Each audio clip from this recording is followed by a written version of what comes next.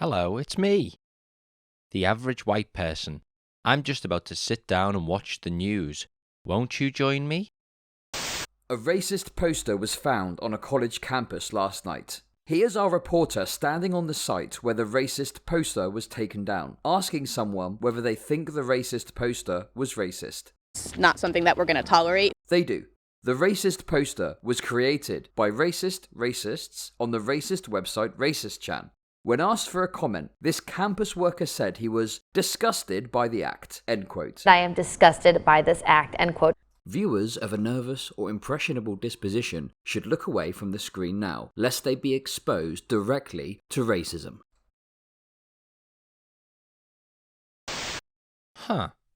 That doesn't look too racist to me, the average white person.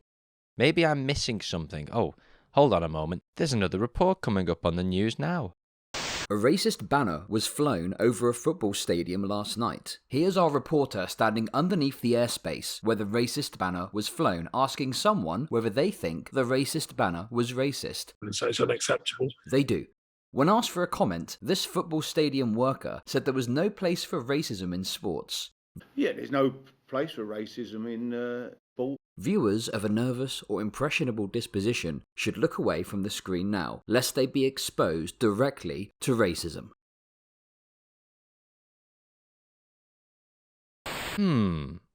But surely white lives do matter. After all lives matter. There's nothing wrong with saying or thinking these things, is there? The news is telling me these phrases are racist, but I'm not racist, and I don't see anything about them that's remotely racist. If anything, they're actually anti-racist. And if you disagree with the phrase, it's okay to be white, you're actually saying it's not okay to be white.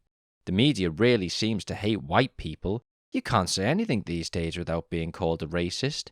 It's political correctness gone stop. You're in the middle of saying something without thinking it through. Worse than that, you're about to use a platitude. These slogans seem to keep coming up again and again like the bloated corpse of a hippopotamus in a swamp, building up and expelling intermittent pockets of hot, putrid gas before sinking back down into the mire where their fermenting innards build up more rotten fumes. Today we're going to put on our thinking brains to contemplate the two phrases, "It's okay to be white" and "White lives matter." These phrases have been described as racist and denounced by the media and other so-called progressive institutions. But is it fair to say these simple words are racist or hateful? Well, to answer that question properly, we're going to have a look at where they came from and unpick their meanings as well as the wider context around them. Then we're going to look at some of the counter-arguments that I've seen floating around the internet from people trying to defend the use of these phrases. I want to see if I can articulate sufficiently the reasons why each of these lines of argument don't work, and I'm going to do it without using the word dog whistle even once, except for just then. Throughout this video, I'll be using the term white supremacy as a catch-all for other similar terms like white nationalism, white power, and white pride. I'm doing this for two reasons. One, because this video is aimed at the average person, and the average person doesn't care about the nuances between two shades of shit. And two, because it will probably annoy anyone who does care about the nuances between two shades of shit. So it's win-win really. If you've ever wondered why those screaming social justice warriors kick up such a stink about these phrases, this video is for you. Hopefully by the end you'll agree that actually there might be a little bit of stink about which to kick up. So, first to the posters. In 2017, the morning after Halloween, a series of posters were spotted around a number of college campuses across the United States and Canada. These posters had a simple design and, on the surface, a simple message. They said, "It's okay to be white." The media were quick to swoop down on the scenes and very eager to point out that these posters were racist. This sentiment was often echoed by supporting clips from campus officials or talking heads of students passing by who would invariably condemn the posters as racist. The news clips would say the posters originated on 4chan as a prank and that there was an association with white supremacy. But on the whole, these news segments were unable to sufficiently explain just why the words on the posters were racist. Why was this? Well, that was kind of the point. The posters did originate on 4chan, the media gets that much right, But they don't really go any further than that. If you go back and find the original post from 4chan, the one that outlines the plan for putting these posters up on Halloween while dressed in costume, it's pretty clear that this isn't just about trolling people or eliciting a reaction. The stated aim of the exercise isn't to prank people for a laugh. It explicitly says their goal is to push the average white news viewer towards the far right. The way they've tried to do this is by designing a seemingly innocuous poster that provokes a reaction from the media and colleges, and, when those institutions do react, makes them look like they're getting furious over nothing, meaning the quote, credibility of far-left campuses and media gets nuked. Massive victory for the right in the culture war. Normies realise that leftists and journalists hate white people, so they turn on them.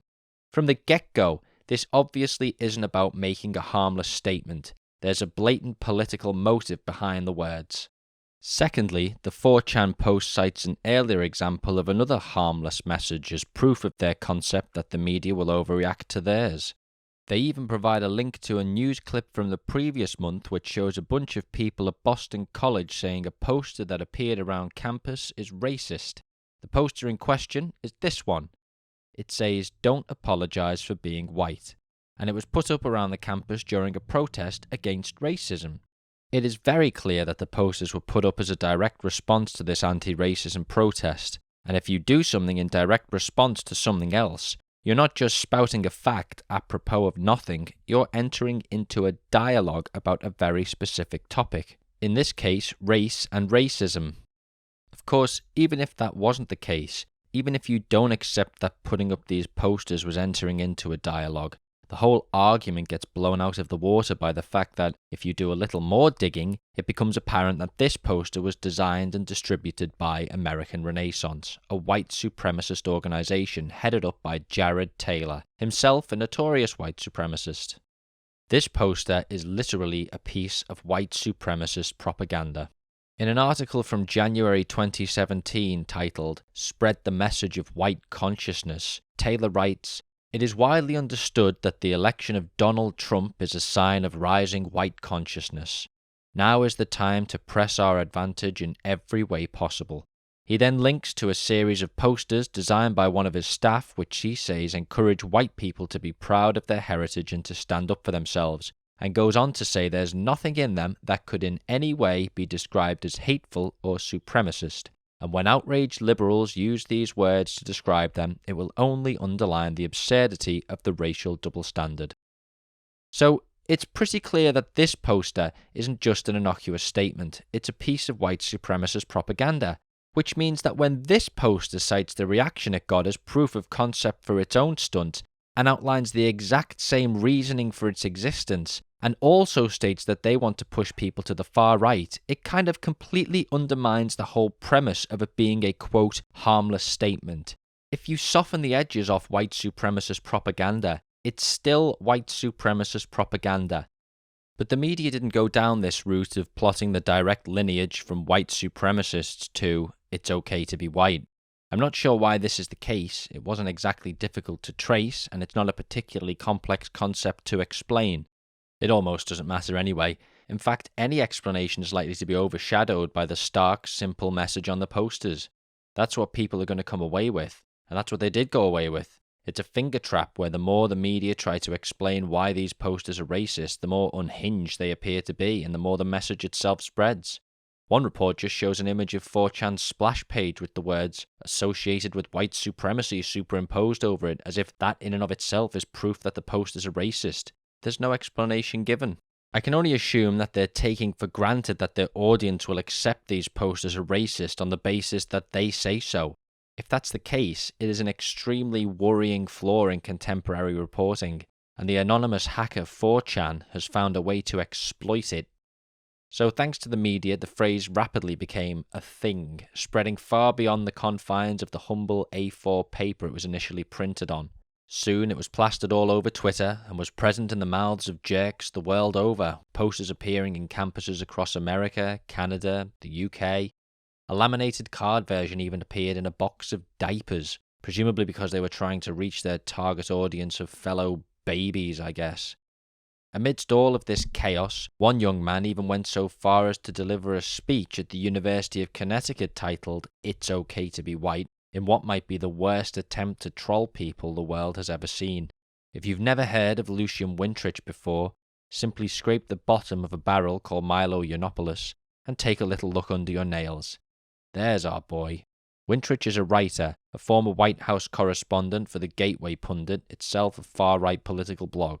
Wintrich was invited to give a speech at UConn's College Republican Society and put his own posters up around campus advertising the talk, almost inviting controversy, you might say. The man who introduces Wintrich makes all these smug little comments to the audience about how he hopes they can have a civil discussion and not be a bunch of snowflakes, and how, if they're disruptive, they'll be asked to leave. Just hold that one in your mind. Wintrich then comes out dressed in a tuxedo because, as he says, that's the white person equivalent of traditional garb, pours himself a glass of milk and attempts to deliver a speech about how baiting people will get them to reveal their true selves. And that's a second thing just to hold on to in your head for a minute.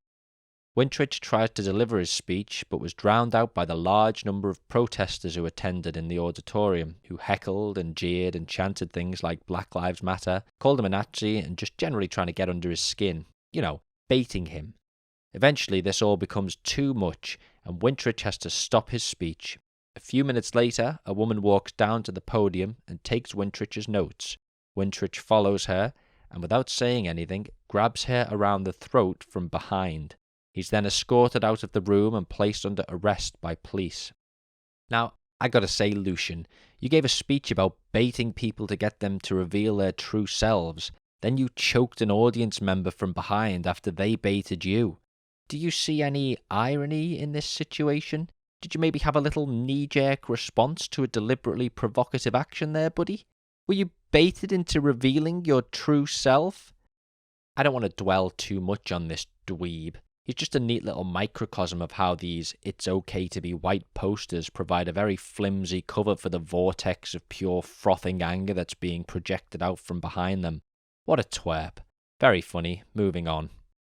So this all happened in 2017, and every few months since then, another "It's Okay to be White" poster will appear on a campus or in a neighbourhood or a box of absorbent children's underwear, and we go through this performative rigmarole all over again, with the media decrying the words as racist without doing a sufficient enough job of explaining why.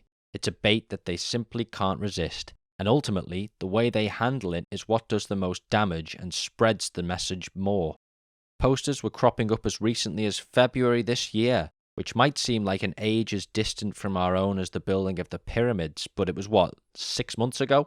More recently, another seemingly innocuous message appeared, this time posted in the sky.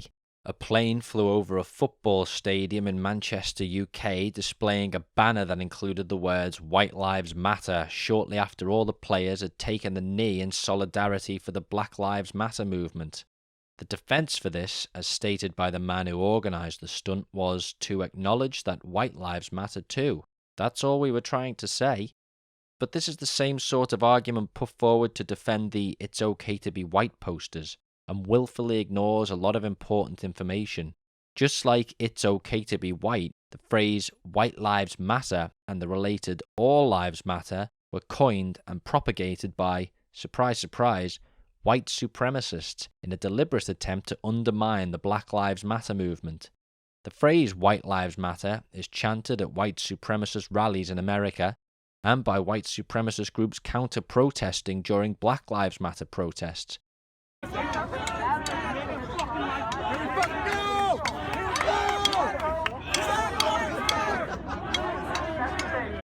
I mean, the point of Black Lives Matter is not to diminish the importance of other people's lives. Nobody is suggesting that white lives don't matter, and it's kind of sad that your reaction to a plea for basic human equality is to say, well, what about me? How can I make this about myself? But to get back to the banner for a second, it's hard to buy the story that all he was trying to say was that white lives matter too, like it's all some innocent caper. And it's all very funny, really. You'll laugh when you hear the explanation because, you see, I don't have my hand in the cookie jar because I want one. I was just measuring its circumference to see if it was big enough to share with you. Never mind all these crumbs around my mouth and my cookie-flavoured breath. You see, my man, if you enjoy getting your picture taken with infamous white supremacists, and you post in support of white supremacist groups on Facebook, and you regurgitate white supremacist slogans, and you pay money to fly a banner with a white supremacist slogan over a football pitch where people have just been displaying solidarity with an anti-racist movement, and if, when people call your stunt insensitive, your reaction is to take to Facebook and say, I'd like to take this time to apologise to absolutely fucking nobody, you make it pretty clear that this isn't just some innocent caper. The words on the banner might be innocuous in and of themselves, but the context that you yourself built up around these words makes for a pretty damning case. So that's a little look at the history behind these phrases and how they're heavily influenced or outright directly created by the white supremacist movement. Their links to white supremacy are just completely undeniable. I haven't even touched on some aspects of the story, like at one point there was the motion to endorse the statement, "It's okay to be white," and it almost passed in the Australian Parliament. What's going on there, Australia? Or the really, really bad white supremacist music telling you that it's okay to be white. For the crime of demyelination, by the power vested in me, by the Central Union of Communist Control, we sentence you to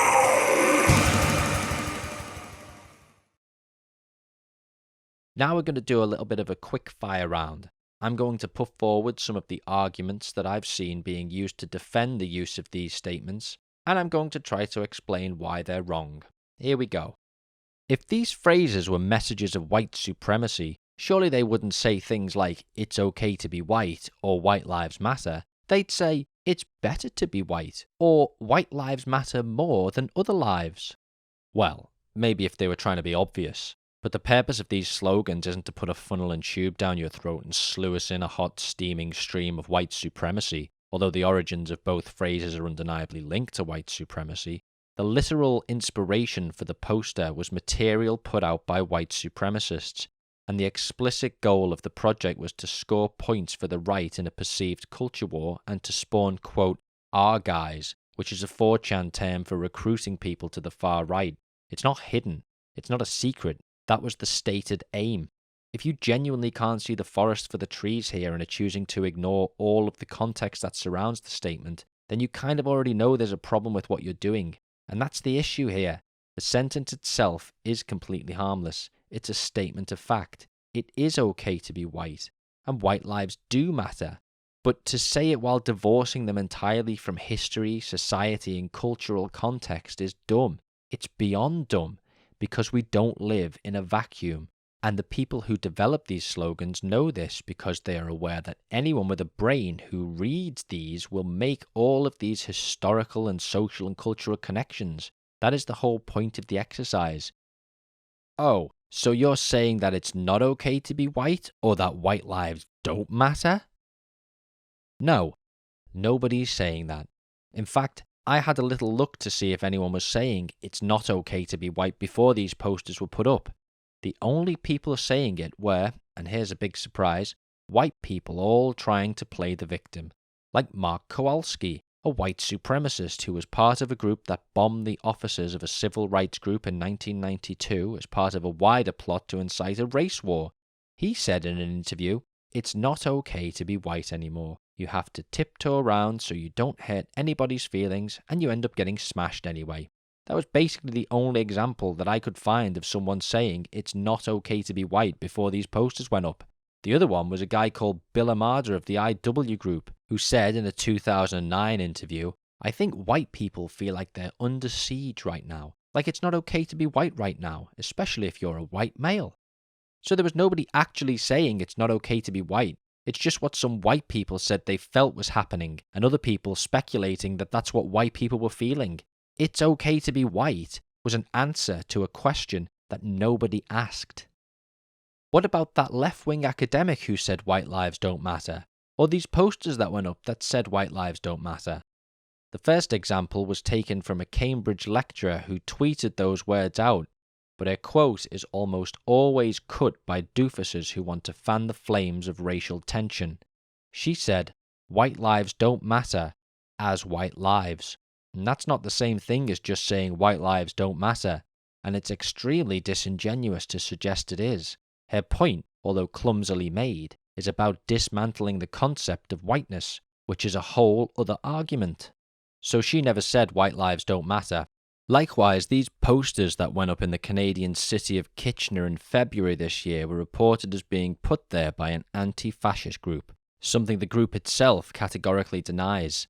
Take one look at these posters and it becomes pretty obvious that they were made by someone trying to make this group look bad.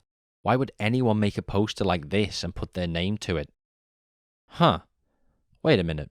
Both of these examples appear in articles by Paul Joseph Watson.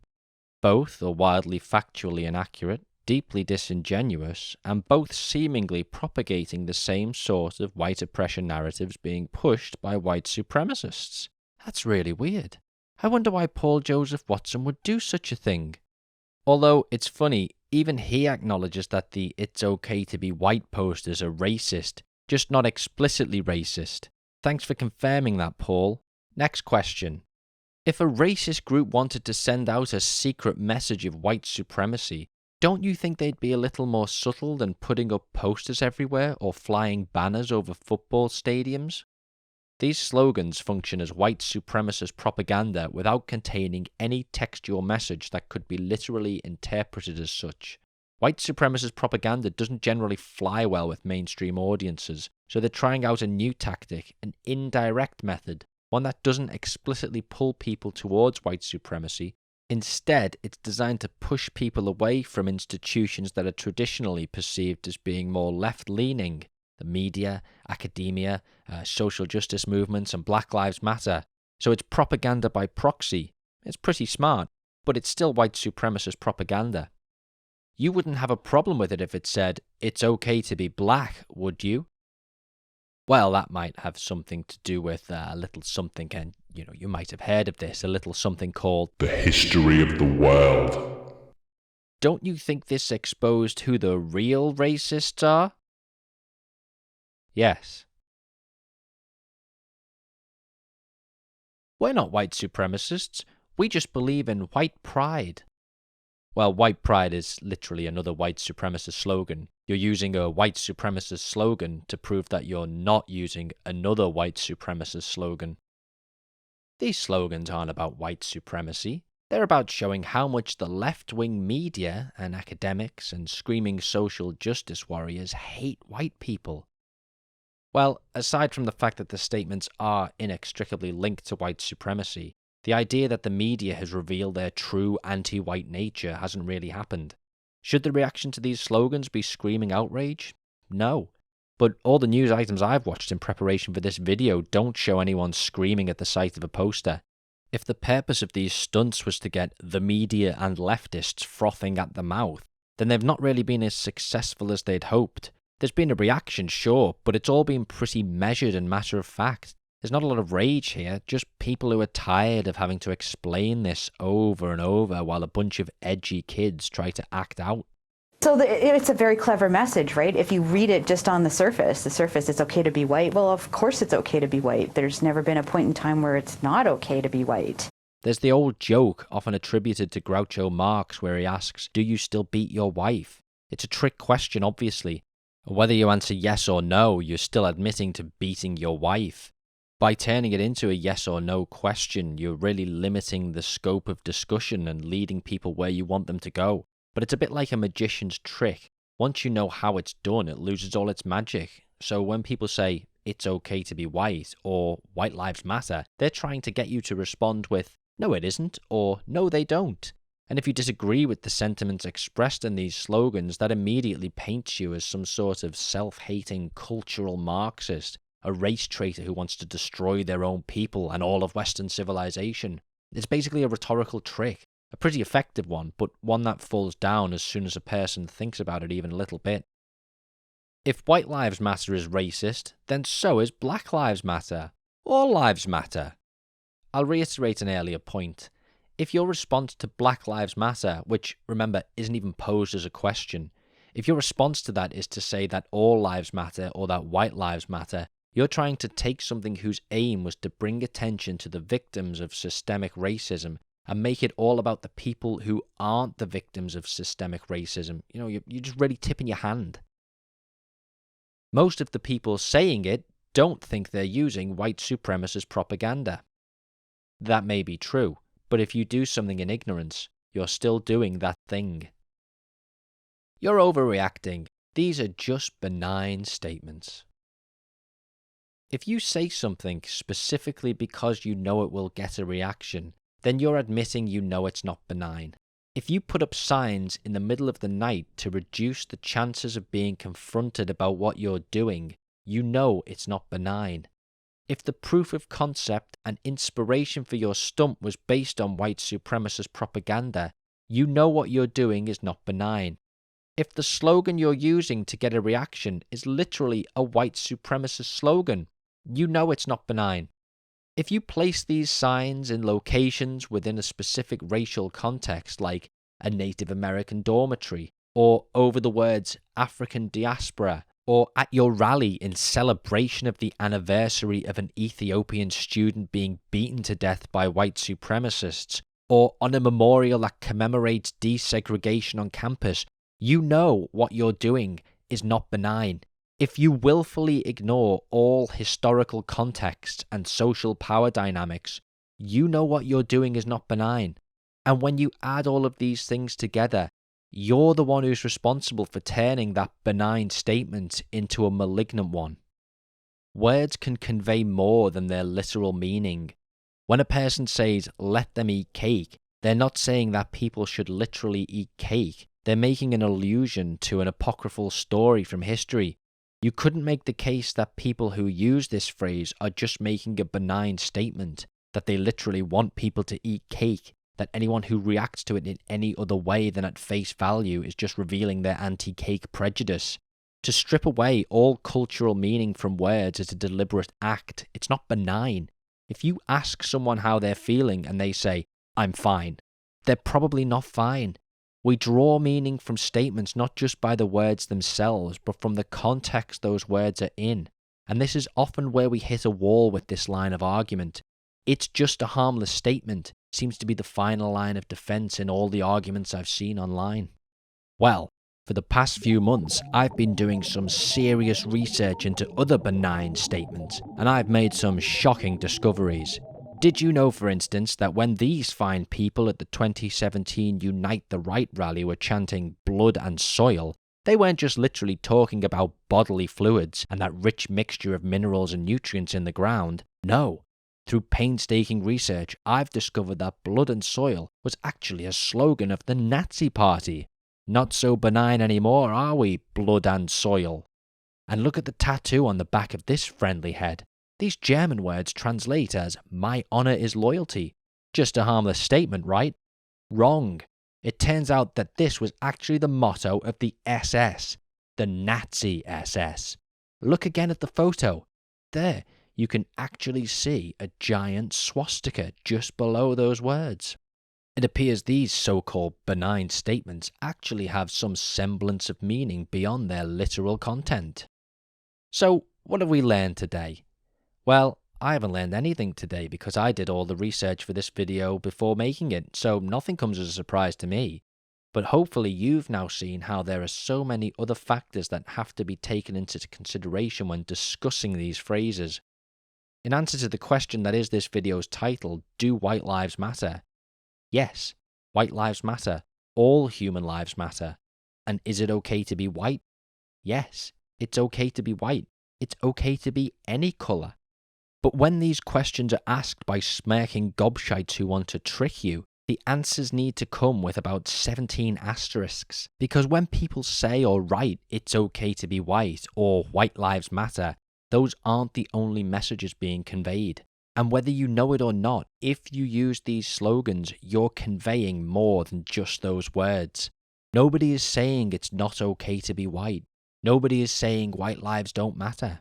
And if someone is saying it, they're not only wrong, they're definitely not part of some mainstream attempt to marginalize and oppress white people, because that isn't happening. But wait, there's more. During the editing process for this video, the phrase "it's okay to be white" popped up yet again, which certainly feels like validation for the weeks and weeks of work I've put into this. This photo has been doing the rounds on Twitter in the last few days, purportedly showing a poster advertising the new PS5 in a GameStop in Canada. Needless to say, this image has been manipulated and isn't part of any real advertising campaign. It's a fake. This stuff isn't going away anytime soon. Right, that's actually it. That's the end. I've tried to cover as many of the arguments I've seen online defending these phrases and come up with a fair counterpoint to each one. If you think I've missed one, or if you think my response to a particular line of reasoning defending these slogans isn't good enough, please leave a comment below and let me know. I promise I might read it. But if your argument is just to tell me how innocent these words are, I don't want to hear it because you apparently haven't heard me for the last 20 odd minutes. A massive thanks to Chud Logic for lending his voice to this video. He's doing some really great stuff on his streams and I would implore you to check him out. There's a link in the description below. Thanks also to Borbs for providing this artwork. He's a really talented young artist with a comic strip about a man with a bag for a head called Mr. Baghead. So if you'd like, you can check that out too. Again, links in the description below. A massive thanks once again to my patrons over at Patreon. Their names are on screen now. Thus fulfills my contractual obligation. Only joking, that wouldn't be fair to them. Here are the full credits. I did it again. I'm such a cheeky chappy. If you'd like to be part of this elite club, you can click the link below and become a patron. You don't have to do that, of course. Most people in the world don't. But you could also help by clicking the like button or subscribing to this channel or leaving an algorithm-boosting comment. That's it for now. Bye! The sentiment, "it's okay to be white," is now a hate crime. Okay, so what's the correct position? That it's not okay to be white? Being white, by the way, is not something you can control. Like any ethnicity, you're born with it, which is why you shouldn't attack people for it. And yet the left does constantly, in case you haven't noticed. So who's sowing racial division here? They ought to stop. These things never end well. That's it for us for the week. Have a great night. We'll see you Monday.